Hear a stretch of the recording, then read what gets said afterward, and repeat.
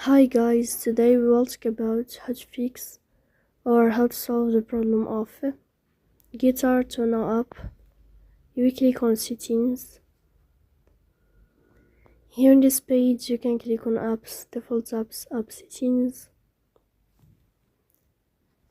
On above you can search about GuitarTuna and you will enter. Then you can click on first stop and you can click OK. Here we'll enter to the window of storage. Here you can click on clear cache.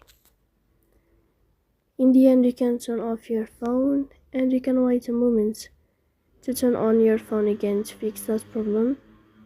So please don't forget to support us by like and subscribe. See you next time in another video and thank you for your attention.